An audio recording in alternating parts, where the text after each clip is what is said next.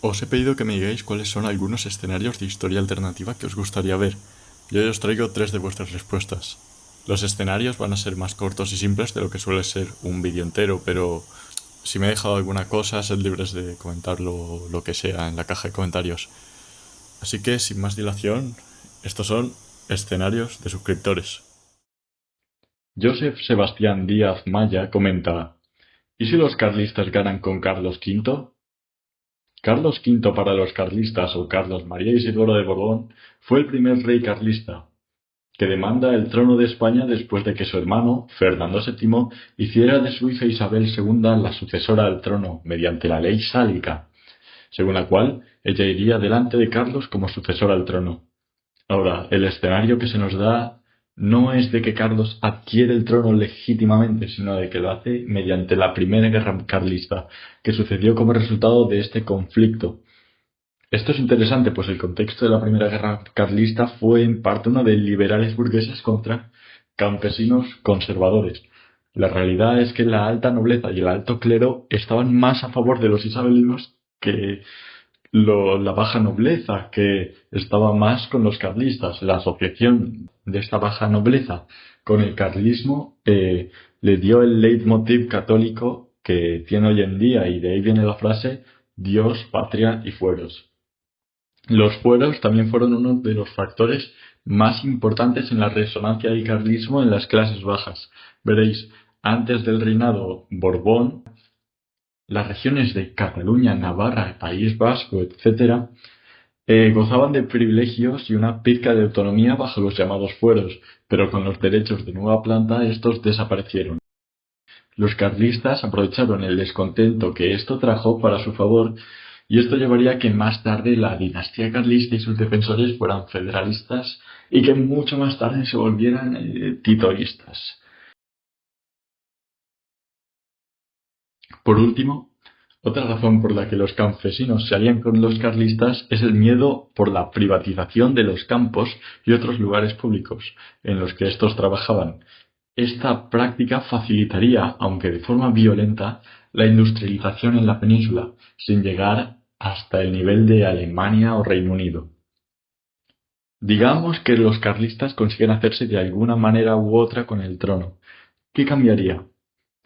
Primero veríamos una menor influencia de la masonería en la política española, también una gran reestructuración de la nobleza y un alargamiento de la sociedad feudal. España tardaría aún más en industrializarse y se formarían guerrillas liberales, al igual que se formaron guerrillas carlistas. No creo que la Primera República dé lugar, aunque estoy bastante seguro de que las colonias de España en América serían arrebatadas de todas formas, lo que todavía propugnaría la reacción de la burguesía catalana y su ansia independentista. No creo que veamos muchos cambios a corto o mediano plazo. No creo tampoco que cambie nada en cuanto al reparto de África. Pero para darle más vidilla al escenario, vamos a decir que España se une a los poderes centrales en esta línea temporal, al estar más alineada con ellos ideológicamente. Los poderes centrales todavía perderían, aunque me es difícil predecir cómo acabaría el frente de la península. Tras la derrota alemana, España perdería a su rey, y como resultado del sistema de 14 puntos de Woodrow Wilson, Cataluña recibiría independencia bajo influencia francesa, tal vez toda la región de Aragón. Navarra y el País Vasco también seguirían un destino parecido.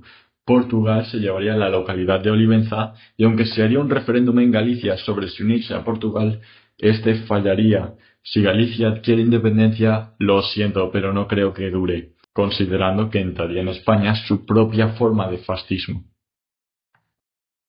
Uniset Lucy comenta: ¿y si la revolución espartaquista triunfara en Alemania?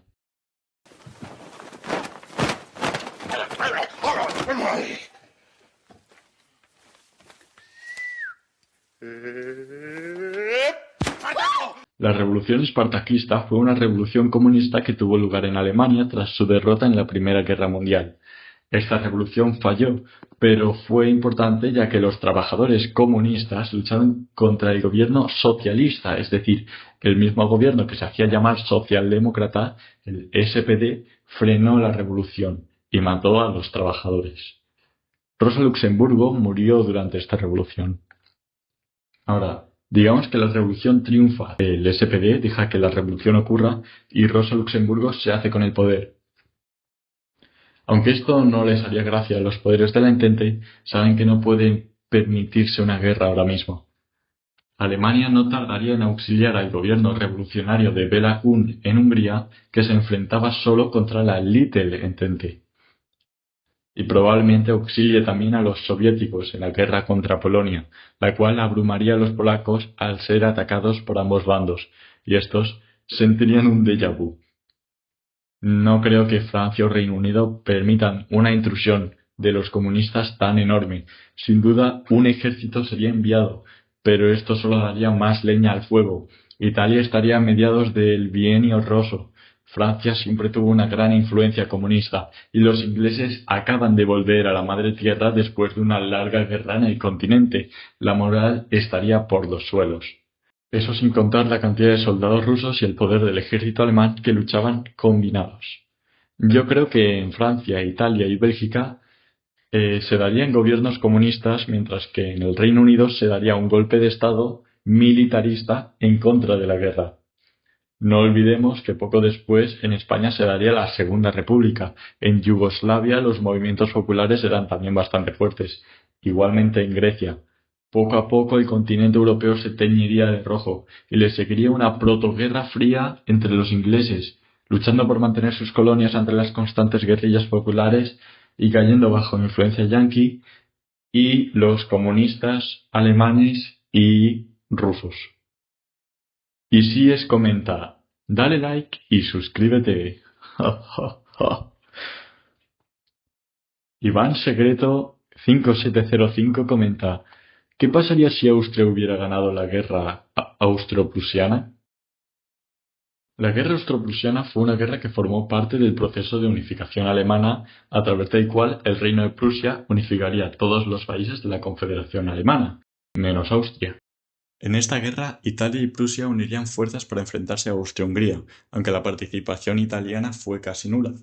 Como resultado de la victoria, Prusia unificaría la Confederación Germánica del Norte, disolviendo la Confederación Germánica y excluyendo a Austria del proceso de unificación, además de otros cambios territoriales.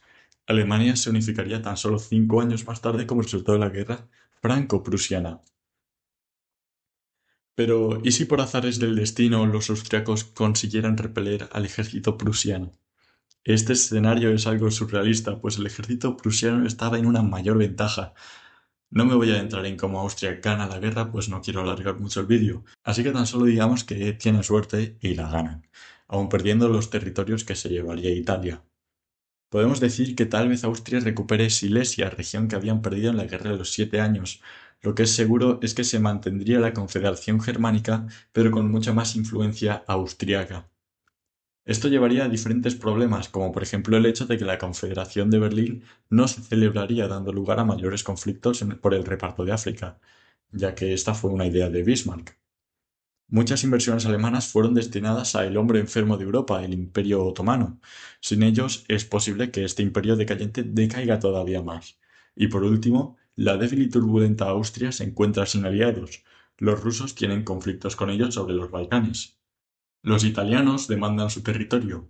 Los más cercanos tal vez sean los franceses, pero estos últimos eran más cercanos a Rusia o Italia, y no tenemos razón para sugerir que Gran Bretaña tome interés en este imperio.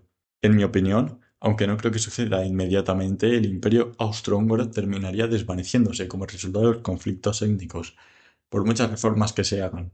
Y la Primera Guerra Mundial sucedería a partir del conflicto en África, tal vez como el incidente de Fachoda entre Francia y Gran Bretaña, pero no puedo predecir mucho más allá de ahí. Si queréis ver vuestro propio escenario aparecer en uno de estos vídeos, no dudéis en comentarlo, darle like y suscribiros. Os veo en un nuevo vídeo de Y si es.